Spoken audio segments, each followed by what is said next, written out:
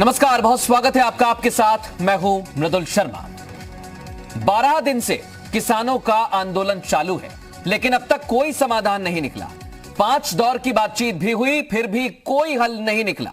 अब किसान संगठनों से कल यानी कि 8 तारीख को किसानों ने भारत बंद का ऐलान कर दिया है, लेकिन इससे पहले सियासी पारा गर्मा गया है। किसानों के हितैषी बनने की होड़ सी लग गई है। सभी अपने आप को किसानों का साथी बताकर अपनी सियासत चमकाने में लगे हुए हैं। ये बीजेपी और सरकार के आरोप भी हैं। तो सवाल यह कि आखिर किसानों को ढाल बनाकर सियासत क्यों की जा रही है। खास मेहमान हमारे साथ जुड़ेंगे, चर्चा उनसे करेंगे, लेकिन सबसे पहले आप ये रिपोर्ट देखिए।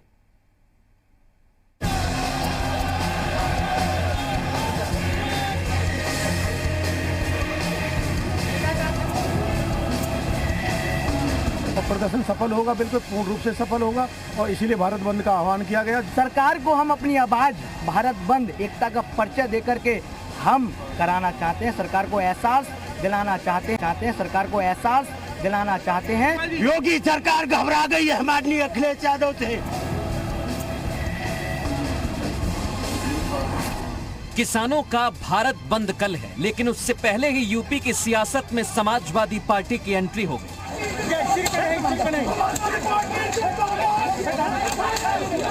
लखनऊ में अखिलेश यादव तो जिले जिले में उनके कार्यकर्ताओं ने सरकार के खिलाफ जोरदार प्रदर्शन किया। किसान के लिए कानून अगर बना है और किसान आंदोलन कर रहा है तो सरकार की जिद किस बात की है? सरकार क्यों जिद पर लगी हुई है? अगर किसान के पक्ष में कानून नहीं है, किसान ये बात कह रहे हैं, तो सरकार को वो कानून वापस लाना चाहिए। लखनऊ में दिन भर चले सियासी हंगामे के बाद अखिलेश यादव रिहा कर दिए गए, लेकिन सिर्फ एसपी नहीं, बीएसपी और कांग्रेस भी बंद के सहारे अपनी सियासत चालू करने के लिए तैयार है। उनकी रोजी रोटी के ऊपर, उनकी किसानी के ऊपर आघात किया जा रहा है। अगर कृषि मंत्री को यह बात समझ नहीं आती तो उनको कृषि मंत्री रहने का कोई हक नहीं है। किसानों के लिए, उनकी जमीन के लिए, उनके स्वाभिमान के लिए अगर समाजवादियों को अपनी जान भी लगानी पड़े, जेल जाना पड़े, लाठी खाना पड़े, तब भी अपने नेता के सम्मान में, देश के किसानों के सम्मान में हमको लड़ाई लड़नी है। कल किसान भारत बंद करेंगे, लेकिन उससे पहले विपक्षी दलों के हल्ला बोल पर केंद्र से लेकर राज्य सरकार की नजर रही। विपक्ष के इस प्रदर्शन को लेकर सीएम और केंद्रीय मंत्री रविशंकर प्रसाद ने निशाना साधा और इसे दोहरा चरित्र बता दिया। देश के कुछ राजनीतिक दलों के द्वारा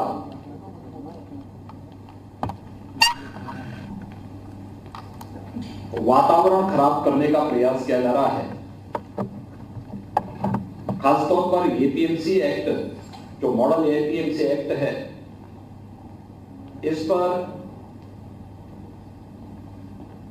राजनीतिक दलों का वर्तमान रवैया उनके दोहरे चरित्र को प्रदर्शित करने वाला है। Akhilesh ji, agriculture standing committee की रिपोर्ट आई है,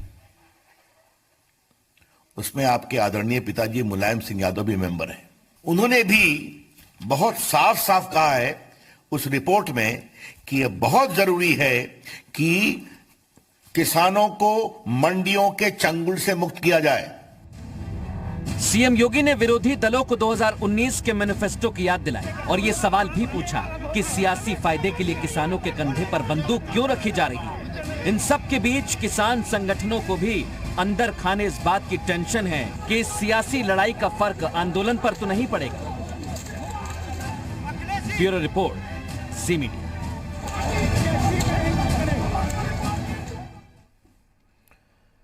तमाम खास मेहमान हमारे साथ जुड़ गए। सीधे रुख करेंगे। अनिला सिंह इस समय हमारे साथ जुड़ चुकी हैं, प्रवक्ता हैं बीजेपी की। राजपाल कश्यप साहब हमारे साथ जुड़ चुके हैं, पक्ष रखेंगे समाजवादी पार्टी का। ब्रजेंद्र सिंह जी जुड़ गए हैं, कांग्रेस का पक्ष रखने के लिए मौजूद हैं।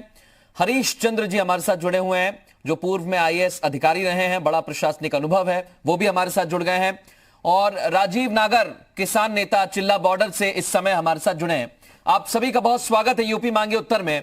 मैं राजनीतिक सवालों को शुरू करूं उससे पहले मैं राजीव नागर जी के पास जा रहा हूं। राजीव जी, ठंड का मौसम है, आप डटे हुए हैं और कल भारत बंद का ऐलान भी किया है। विपक्षी पार्टियां आपके साथ हैं, लेकिन अंदर खाने यह पता चल रहा है कि किसान नहीं चाहते किसान अपने स्तर पर ही इस आंदोलन को ले जाना चाहते हैं। क्या कहेंगे? जी, आप ये समझिए विपक्षी पार्टी क्या है, वो सब राजनीतिक है और किसान संगठन अराजनीतिक है। और किसान इस देश का चैटी से लेके हाथी तक सबका भरण पोषण करता है। आज उसके पेट पे लात मारी जा रही है सरकारों द्वारा। जब कोरोना काल था, सारा देश बंद था, अध्यादेश लेके ये कानून लेके आए। अरे किसानों को पूछ लेते क्या कानून है, क्या मामला है, उसको बाद भी वो थोपा जाए, वो हमें पसंद नहीं है बिल्कुल भी। ये किसान आयोग का गठन क्यों नहीं करते? ये 3 काले कानून क्यों लाते हैं? किसान आयोग गठन करें और उसमें 100% किसान हो और किसान ही फसलों के दाम तय करें। उसमें कोई राजनेता नहीं चाहिए हमको, कोई भी राजनेता हमको नहीं चाहिए। किसान आयोग का गठन, अब 73 साल से देश आजाद हुआ है, किसान आजाद नहीं हुआ।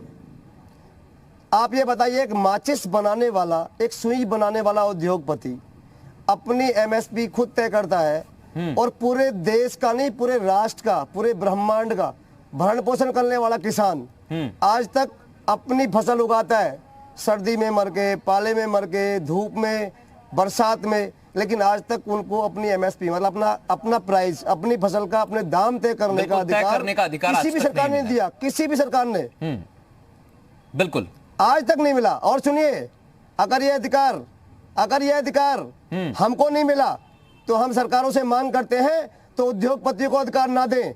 हमारा भी तुम नहीं तय कर रहा है, हमें 5 साल का अधिकार दे, बस केवल 5 साल का। 5 साल हम उद्योगपतियों की बनी हुई मोटरसाइकिल, उनकी गाड़ी, उनके हेलीकॉप्टर, उनके जहाज, उनका अधिकार हमें दे। फिर जो खरीदेगा उसको वो तय करेंगे क्या पैसे मिलेंगे उनकी हम चीजों को। पता चल जाएगी इन सब लोगों को कि किसान क्यों मर रहा है, किसान आत्महत्या क्यों कर रहा है। राजीव जी, मैं आपके पास लौट रहा हूं। रीजन क्या है? मैं आपके पास लौट रहा हूं। आपकी बात हमारी कोशिश है कि पहुंचे आगे तक, और तमाम खास मेहमान भी हमारे साथ जुड़े हुए हैं। राजपाल कश्यप जी, आपको मेरी आवाज आ रही हो तो अब पहला सवाल आपसे है मेरा। राजीव जी ने अपनी बात रख दी है सामने। उनका कहना है कि हमें कोई जरूरत नहीं है अपनी सियासत चमकाने के लिए, ये सियासी दल आगे आ रहे हैं।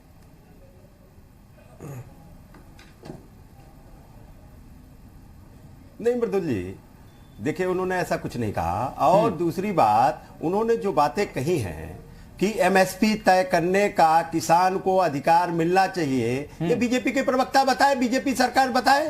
उन्होंने कहा कि अगर उद्योगपति अपना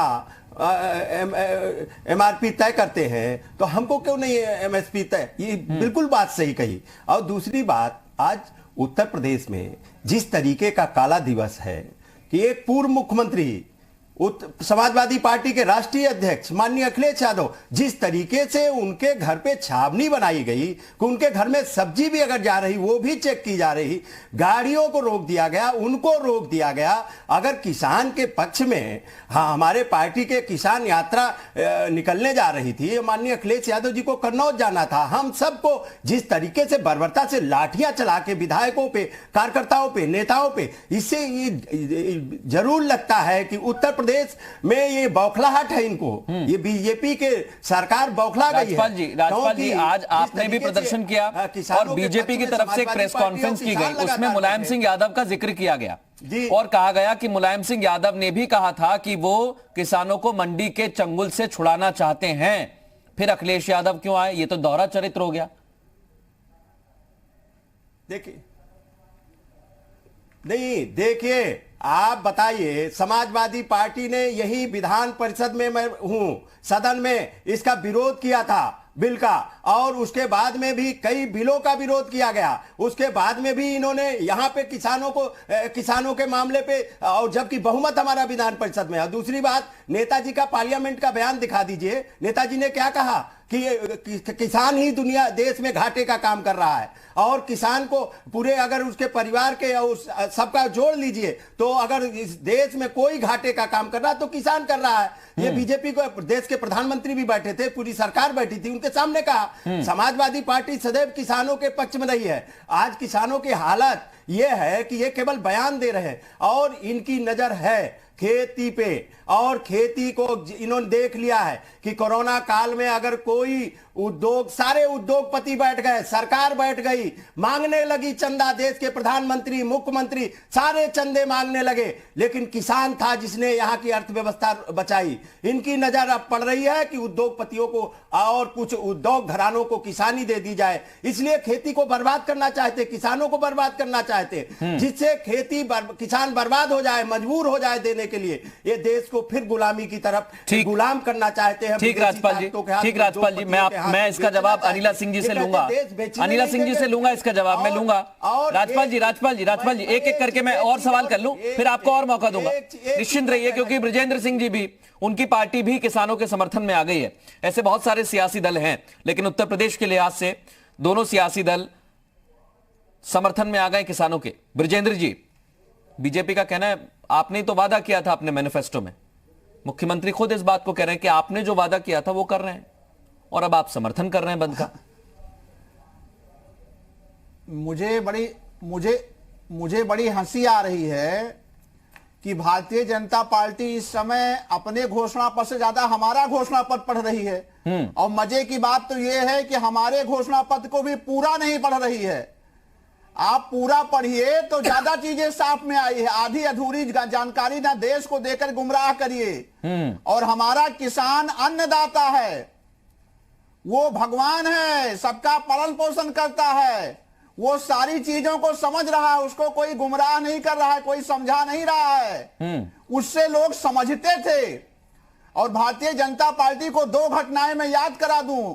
2011 की जब पूरी भारतीय जनता पार्टी रामलीला ग्राउंड पर किसान आंदोलन हुआ था, 16 पार्टियों के साथ मंच पर चढ़ी बैठी थी, और 1988 में महेंद्र सिंह टिकैत बाबा ने पंचायत किया था, तो वाजपेयी जी सहित जो है 24 पार्टियां मंच पर चढ़ी बैठी थी। किसानों के साथ खड़ा होना हम लोगों का नैतिक दायित्व है। हमने क्या कहा था, वो पार्टियां भी क्या वोट के लिए वहां पर खड़ी हुई थी बृजेंद्र जी, उसके बारे में बात ये नैतिक दायित्व है या वोट के लिए दायित्व निभाने की कोशिश है? चाहे वो 88 हो, 75 हो, या अभी हो, 85 हो, या 2020 हो। कोई इलेक्शन हो रहा है क्या मृदुल जी?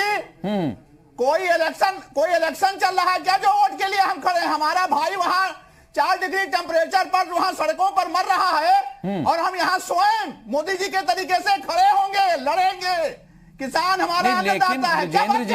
बृजेंद्र जी, किसान तो वहां चिल्ला बॉर्डर पे बैठे हुए हैं, हमारे दायित्व है, चिल्ला बॉर्डर पे बैठे हुए हैं राजीव जी, तो वो कुछ कह भी ना है आपसे। कहिए राजीव जी। सुनिए, जब चुनाव हो, जब अनिला जी इसके बाद आ रहा हूं आपके पास ना, किसान बंद का आह्वान किया है, वही कह रहे हैं राजीव जी कुछ कह रहे हैं आपकी बात में, आप ही की बात पर कह रहे हैं वो सर, आप ही की बात पर कह रहे हैं, मैंने कुछ नहीं पूछा उनसे। कहिए राजीव जी।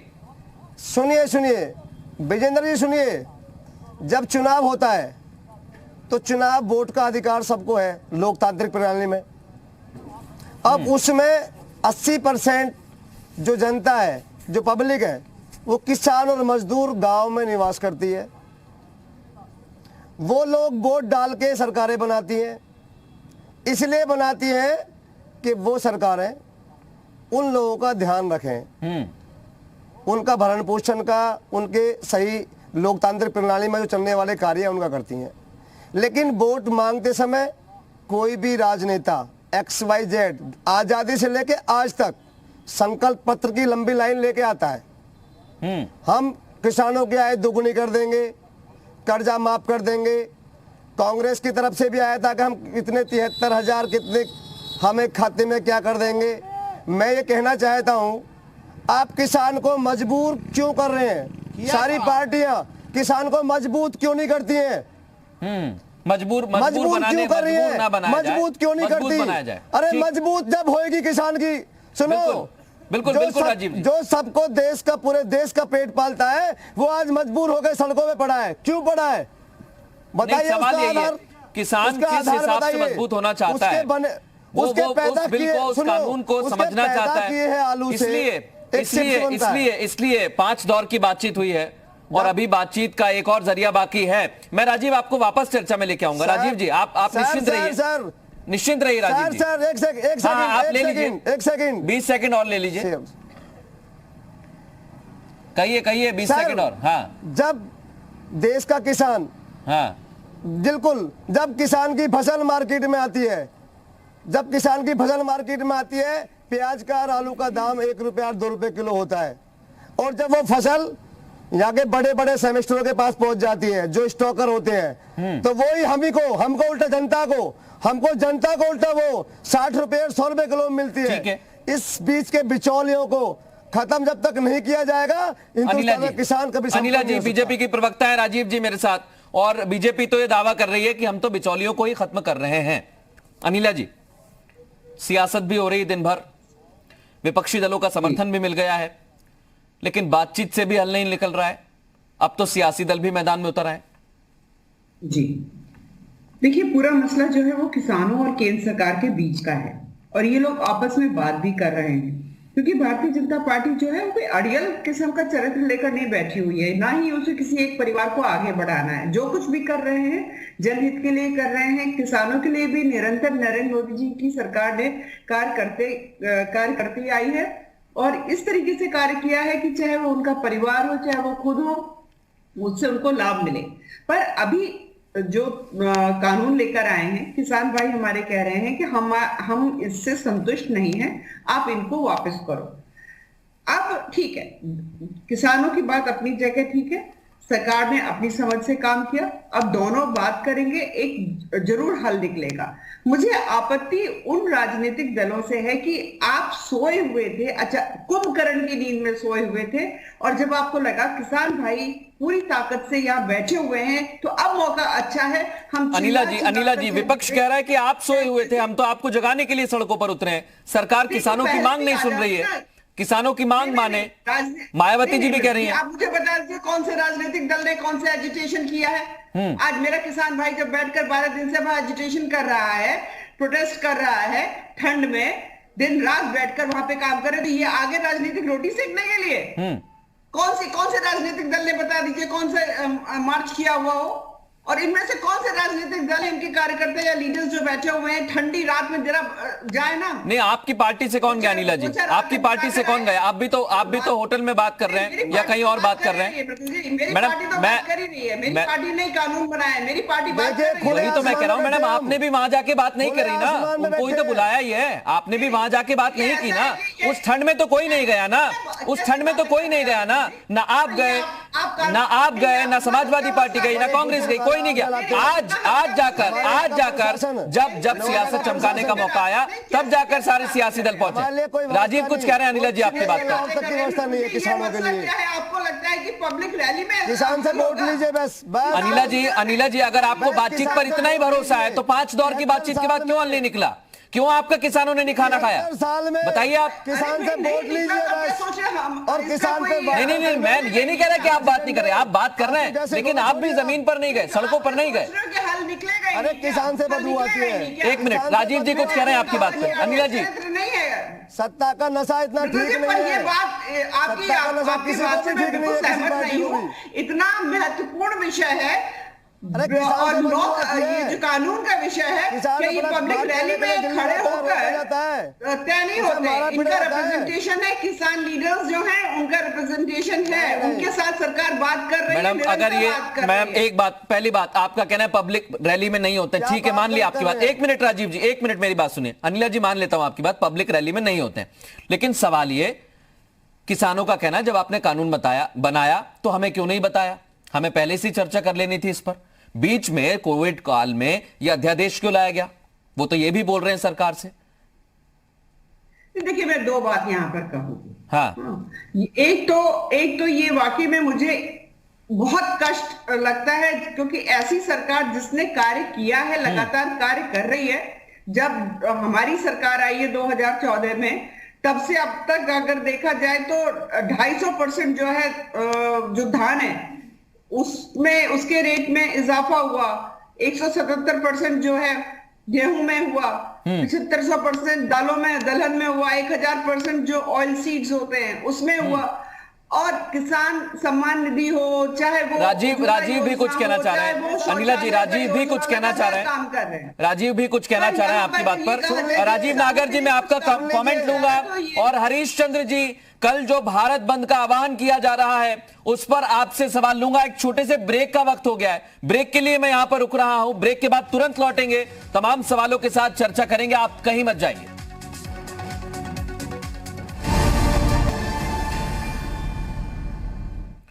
ब्रेक के बाद आपका स्वागत है। सीधे रुख करेंगे, तमाम खास मेहमान हमारे साथ बने हुए हैं। लॉ एंड ऑर्डर को लेकर गृह मंत्रालय की तरफ से भी एडवाइजरी जारी कर दी है और बंद को लेकर भी सरकार की तरफ से कहा गया है। कई सारी सरकारें, राज्य सरकारें इस बंद के समर्थन में नजर नहीं आ रही हैं क्योंकि व्यवस्था बिगड़ने के आसार हैं।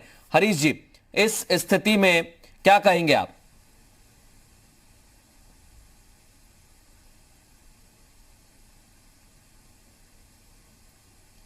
हरीश जी, आप सुन पा रहे हैं मुझे?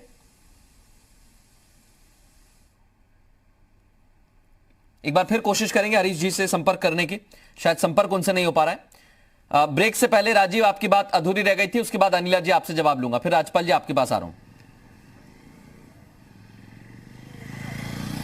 जी कहिए राजीव अपनी बात। अनिला जी कह रही हैं बातचीत से ही हल होगा ये मसला। जी मैं ये कहना चाह रहा था। हाँ। नहीं, मसला बातचीत से हल होता, हम भी मानते हैं सारे मसले बातचीत से हल होते हैं। हाँ। कभी आंदोलन करना फितरत में नहीं है किसान की, अहिंसा करना फितरत में नहीं है किसान की। किसान से बड़ा देशभक्त इस दुनिया में, इस देश में कोई दूसरा नहीं है। बातचीत करने के लिए इतना बड़ा टाइम ये जो खींच रहे हैं, एक दौर की वार्ता, दो दौर की वार्ता, क्या सिर्फ और सिर्फ किसान जब तक नहीं हटेंगे, तब तक नहीं हटेंगे जब तक कानून पूरा वापस नहीं लिया जाता, ये है किसानों की मांग? नहीं, एक बात सुनिए, जब किसान से पूछ के नहीं बना, किसान के माफिक नहीं है, किसान को पसंद नहीं है, आप भी कोई कमीज लाके मैं आपको देता हूं और कहता हूं जबरदस्ती इसको पहनिए, पहनेंगे क्या आप? हम तो पूरी जिंदगी भर का कानून तय कर रहे हैं इस बात के लिए। एक कमीज का टुकड़ा हम नहीं पहन सकते अपनी पसंद के बगैर, एक चप्पल ये नहीं पहन सकते राजनेता। और किसान के ऊपर उसके बगैर पूछे लॉकडाउन में एक 3 अध्यादेश लाए, कानून लाए, उसको बोलो इसको अपना लीजिए, आपके माफिक है। अरे इस पर मैं जवाब लेता हूं अनिला जी का, उससे पहले हरीश जी भी हमारे साथ जुड़ गए। राजीव, इसका जवाब मैं लूंगा, लेकिन कल आपका जो भारत बंद है उसको लेकर व्यवस्था सुचारू रूप से कैसी रहेगी, प्रशासन को क्या निर्देश दिए गए हैं, ये सभी ने जाना। गृह मंत्रालय की एडवाइजरी भी आ चुकी है। हरीश जी, आप सुन पा रहे हैं? अपनी बात रखिए। सुनाई दे रहा है जी। मैं पहले बता दूं, जो बातें कही गई उसके बारे में संक्षेप में बताना चाहूंगा जी। ये बात सही है।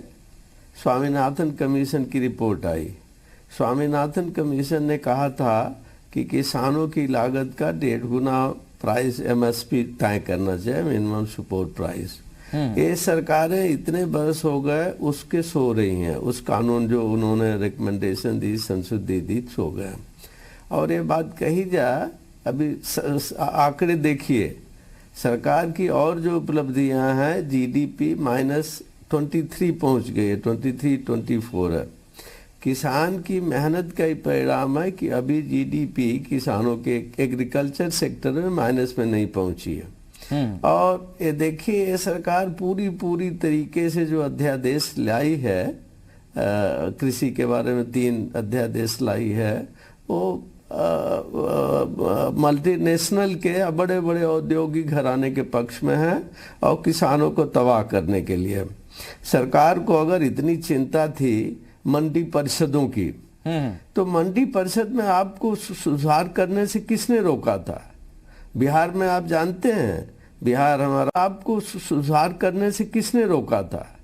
बिहार में आप जानते हैं, बिहार हमारा पड़ोसी राज्य है, बिहार में बहुत पहले एक्सपेरिमेंट किया गया था। वहाँ किसानों के चाहे धान हो चाहे गेहूं हो, बिक्री नहीं हुई है, उनके ढेर के ढेर पड़े हुए हैं।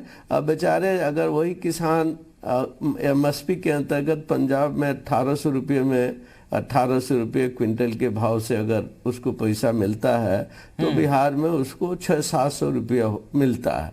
ये एक्सपेरिमेंट जो बिहार में फेल हो गया है, सरकार किस आधार पर पूरे भारत में इसको लागू करने की कोशिश कर रही है?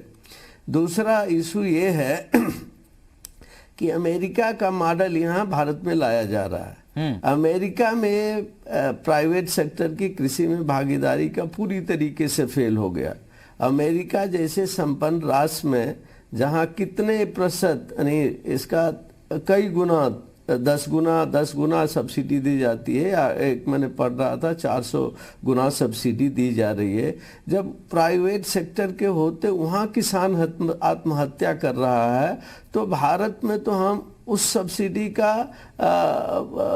बहुत नगण्य मात्रा ही देते हैं। लेकिन सब्सिडी के फेल सिस्टम हो गया अमेरिका में। हाँ, हरीश जी, जो आप बात कह रहे हैं वही अभी राजीव जी कह रहे थे। इस पर मैं एक अनिला जी का जवाब जरूर लेना चाहता हूँ, क्योंकि अनिला जी घूम फिर के बात वहीं अटक रही है। नहीं, लेकिन मैं बता दूं। हाँ, हरीश जी आप कंप्लीट करिए 20 सेकंड में, फिर अनिला जी के पास जाता हूं। देखिए, मैं बता दूं।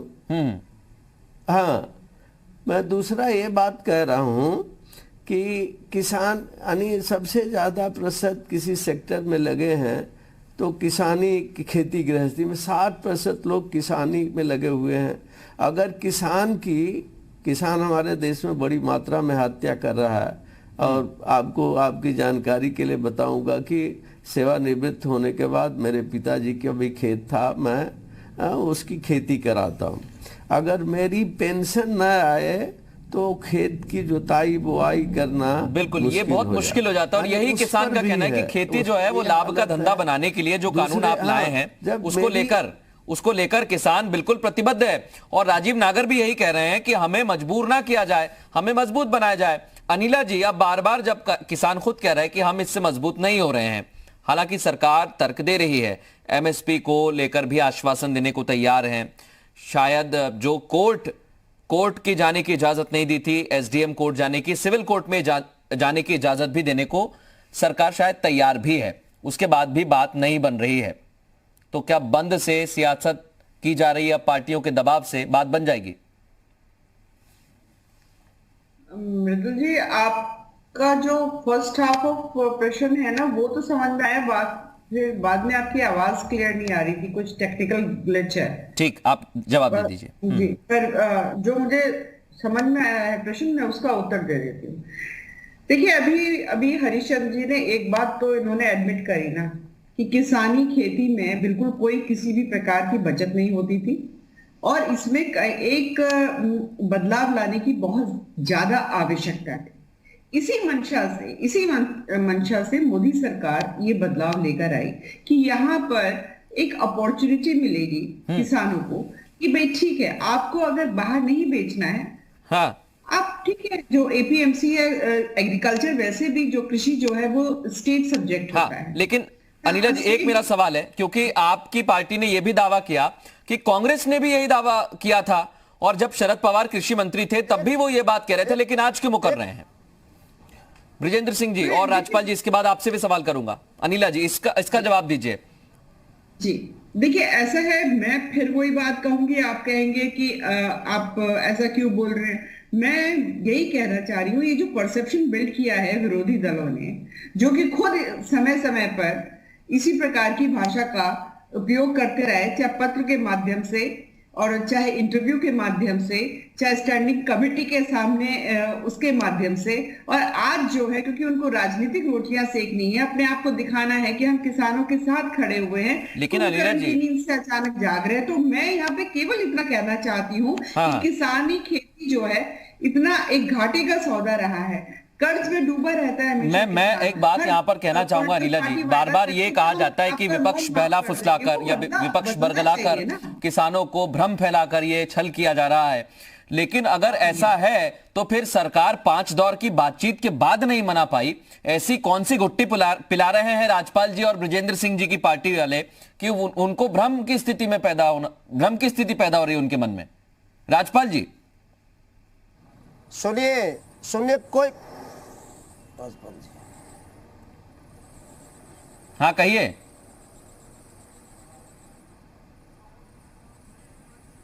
राजपाल जी, मुझे आपकी आवाज नहीं आ रही है। बीजेपी, हाँ, आप बोलिए। कभी हितैषी पार्टी नहीं रही है। हाँ जी, आवाज। हाँ सर, बोलिए। बीजेपी सदैव किसान विरोधी काम किया है। बीजेपी पूंजीपतियों की पार्टी है, उद्योगपतियों की पार्टी है। ये कह रहे हैं दलाल खत्म कर रहे हैं, दलाल नहीं, बड़े बड़े लोगों को दलाली दी जा रही है इसमें, कि किसान का बड़े दलाल, बड़े उद्योगपति इसमें काबिज हो जाए। ये ऐसी व्यवस्था बीजेपी बना रही है। और दूसरी बात, ये किसान कितने आत्महत्या कर चुके हैं। 2014 से लेकर 18 तक 57,345 किसानों ने आत्महत्या की, यानी कि 11,469 किसानों ने।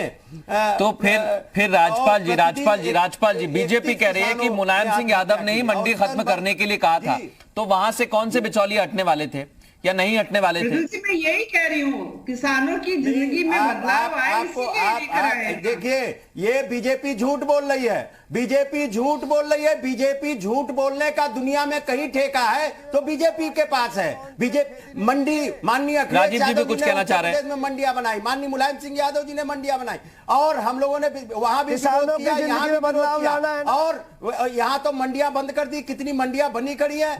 और जी ये, और माननीय मुलायम सिंह यादव जी का वो बयान क्यों नहीं बता रही है? बीजेपी के लोग बता रहे हैं, जो उन्होंने पार्लियामेंट में कहा। नहीं, जब शरद पवार कृषि मंत्री थे तो उन्होंने राज्यों को एक लेटर भी लिखा और उसमें इस बात का जिक्र भी है। ब्रजेंद्र सिंह जी, तब तो आपकी सरकार थी केंद्र में। आप शरद पवार और पता नहीं कहां कहां चले जा रहे हैं। वर्तमान में नहीं, आप नहीं सर, ये देखिए, ये इसलिए क्योंकि सर किसान तो वहां बैठे हुए हैं। देखिए राजीव नागर ठंड में बैठे हुए हैं, मफलर पहन के, स्वेटर पहन के, टोपी पहन के, वो ठंड में बैठे हुए हैं सर। वही वो ठंड में बैठे हुए हैं, और वो यही कह रहे हैं कि हमें किसी की जरूरत नहीं, हम कर लेंगे। ब्रजेंद्र जी, बैठा के देखिए, यहाँ पे शर्म आनी चाहिए। बीजेपी जो अपने किसानों को हितैषी बता रही है, बीजेपी को शर्म आनी चाहिए। सर ये शर्म की बात आप सभी के लिए है सर। ऐसा नहीं है कि आपने कोई सरकार नहीं बनाई या आपके पास मौका नहीं आया कोई कानून बनाने का या कोई संशोधन करने का, सभी के पास मौके आए। सवाल ये है कि अभी तक तो कुछ नहीं किया गया, और जब किया गया है तो उसमें गड़बड़ी है तो सुधार होना चाहिए। लेकिन उठ के सिर्फ भारत बंद कर देने से या उसका समर्थन कर देने से काम नहीं चलेगा। एक अच्छा मसौदा तैयार होना चाहिए। ब्रजेंद्र जी सुनिए तो, हजारों, मैं सुन रहा हूँ राजपाल जी, आपकी बात सुनी मैंने कि बीजेपी ने किया है। एक सेकंड, मैं सिर्फ ब्रजेंद्र सिंह जी से जवाब लेना चाहता हूँ, इसके बाद वापस आपका रुख करूंगा। हजारों बार बंद कर दिए, भारत बंद। ब्रजेंद्र जी अपनी बात रखिए, इसके बाद हरीश जी आ रहा हूं मैं। ये पार्टियां एक मिनट आखिरी में सबको दूंगा, एक मिनट दूंगा बोलने का। ब्रजेंद्र जी अपनी बात रखिए। देखिए, भारतीय जनता पार्टी का ये कहना, मैं रविशंकर जी को सुन रहा था कि कांग्रेस पार्टी ने अपने घोषणा पत्र के फलाने पॉइंट से लेकर फलाने पॉइंट तक ये कहा था, उसको ठीक से पढ़ लीजिए मेरे बाप। उसमें लिखा हुआ है कि हम मंडियों को डिसेंट्रलाइज करना चाहते थे। डिसेंट्रलाइज का फिर आगे विश्लेषण दिया है कि हर 4 किलोमीटर पर एक मंडी। जैसे मैं गोंडा का रहने वाला हूं तो 80 किलोमीटर से 45 किलोमीटर से 60 किलोमीटर से किसानों को अपना अनाज लेकर ना आना पड़े, बल्कि हर 4 किलोमीटर पर हर पंचायत में एक मंडी हो। उसको ठीक से पढ़िए कि हमने लिखा क्या है, उसकी व्याख्या भाजपा क्या कर रही है। क्योंकि भारतीय जनता पार्टी ने हर प्रोग्रेसिव फैसले का हमेशा विरोध किया है। आपका जो समझाने की जरूरत नहीं है, ये समझाना है हमारे अन्नदाता किसानों। राजीव नागर जी कह रहे हैं, ब्रजेंद्र जी आप कह रहे हैं मंडी में खरीदार नहीं है, 4-4 किलोमीटर पे मंडी बना देंगे। वो कह रहा है खरीदार ही नहीं है, कहां से लेके आएंगे खरीदार, मंडी तो बन जाएगी। कौन खरीदार नहीं है? अरे राजीव जी कह रहे हैं, राजीव नागर जी जो किसान है, मैं तो अपने आप को किसान में नहीं बोल रहा। राजीव नागर जी 94 लाख करोड़ रुपए के मुनाफे में थी होती है। राजीव नागर जी अपनी बात रखिए। 94 करोड़ के मुनाफे में थी जो बिकने जा रही है। अरे सुनिए तो सही, बोलिए। मंडियों के तिरपाल खत्म हो गए, लाखों लोगों की किसान को मजबूर किया जाता है, किसान को मजबूर अनाज रखने की जगह नहीं है। अरे किसान दे सकती है, किसान को कोई ऐसा नहीं है, किसान को मजबूर किया जाता है। सिंह ने 5 हमारे पास कोई एफसीआई गोदाम में जगह नहीं है, इतना ही सवाल यही है, गोदाम है नहीं, मंडी में खरीदार है नहीं, सब झूठ बोलते हैं। और एक बात और है, एक बात और है, जब इतना अच्छा बिल था, बिल्कुल एमएसपी को लेकर भी मैं आऊंगा, इतना अच्छा बिल था तो फिर उसको लेकर दिक्कतें क्या आ गई हैं अनिला सिंह जी के मुताबिक। ब्रजेंद्र जी कह रहे हैं कि हमारा बिल तो ठीक से पढ़ा ही नहीं है। एक सवाल मैं कानून व्यवस्था पर कर लेता हूं, उसके बाद अनिला जी आपके पास वापस आऊंगा मैं। हरीश जी क्या कह रहे हैं सर, आप रखिए अपनी बात।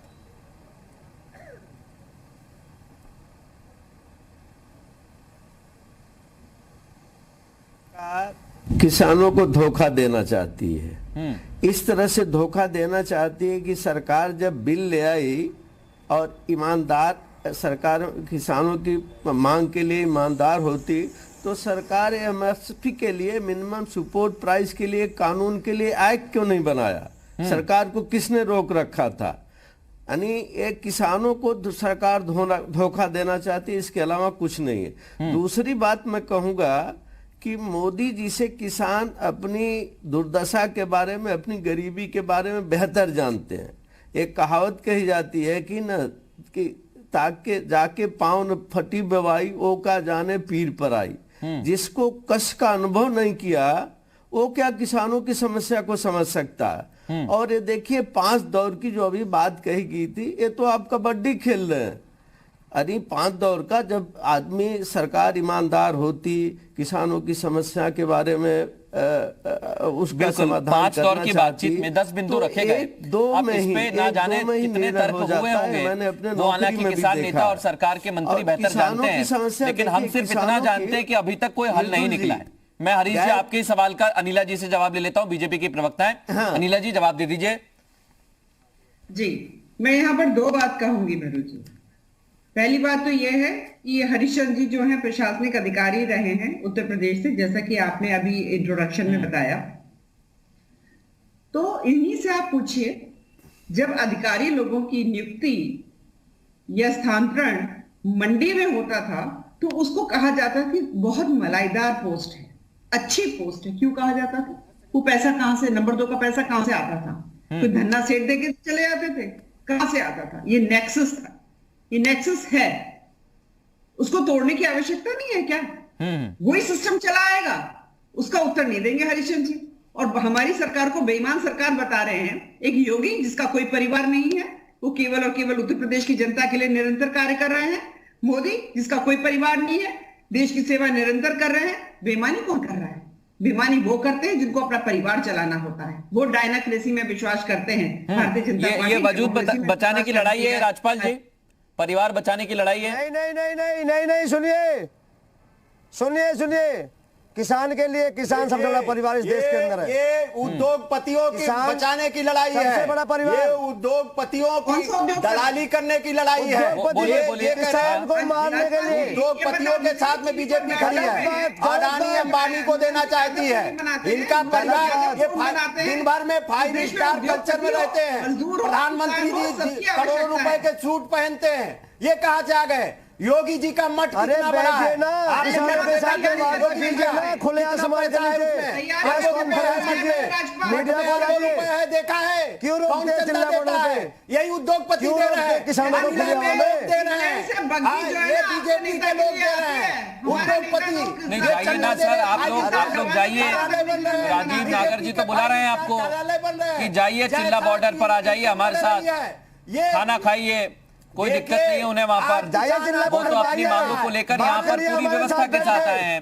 इस कड़ाके की ठंड में आज 8 रुपए में धान बेचने को, मैं वही कह रहा हूँ ना, जब एमएसपी को लेकर इतनी बात हो रही है तो फिर आपके मैनिफेस्टो की बात, ब्रजेंद्र जी 2019 के मैनिफेस्टो की बात, या तब के तत्कालीन कृषि मंत्री शरद पवार का वो लेटर क्यों चर्चा का विषय बन गया? इसमें भी क्या सियासत है? ब्रजेंद्र जी आ रहा हूँ। राजीव जी आखिरी सवाल आपसे लूंगा। आलू फैक्ट्री में पैदा होता है, उन्हें पता ही नहीं है। जिस तरीके से गिरफ्तार किया इन्होंने, जिस तरीके से पैदा होती है उनको पता। ब्रजेंद्र जी सुन पा रहे हैं तो जवाब दीजिए। किसानों के ऊपर क्या गुजर रहा होगा? देखिए, हमारे घोषणा पत्र में जो था वो किसान के हित में था। हमारा घोषणा पत्र स्पष्ट है। हमारा घोषणा पत्र, सरकार ने बहुमत दिया है भारतीय जनता पार्टी को। हम तो 7200 रुपया महीना देने जा रहे थे, लेकिन सरकार ने हमको जनता ने हमको नहीं दिया सरकार बनाने का, इनको दिया है। 2013 में आदरणीय नरेंद्र मोदी जी कर दीजिए, चिल्ला चिल्ला के कह रहे थे कि एमएसपी को कानून के दायरे में होना चाहिए। जब वो कानून लेकर के आए तो एमएसपी को कानून में नहीं रखा। और तो एकदम से कैसे याद आ गया ब्रजेंद्र जी 12 दिन बाद कि हमें 8 तारीख का समर्थन करना है? एकदम से कैसे भारत बंद हो गया? एकदम से कैसे आपके दिमाग में आ गया कि हमें भी जाना चाहिए? किसानों को बेचने की तैयारी कर रहे हैं मोदी जी, वही उनका परिवार है, उन्हीं को बचाने के लिए मोदी जी ने अपनी पूरी ताकत लगा दिया है। हाँ, वो किसानों को एक आखिरी समय थोड़ा सा कम है। राजीव नागर जी अपनी बात कुछ कहना चाह रहे हैं। तैयारी करके आया करें, वो कल बंद की तैयारी में है। राजीव नागर जी, कई भारतीय किसान संघ ने इस बंद से किनारा कर लिया है जी।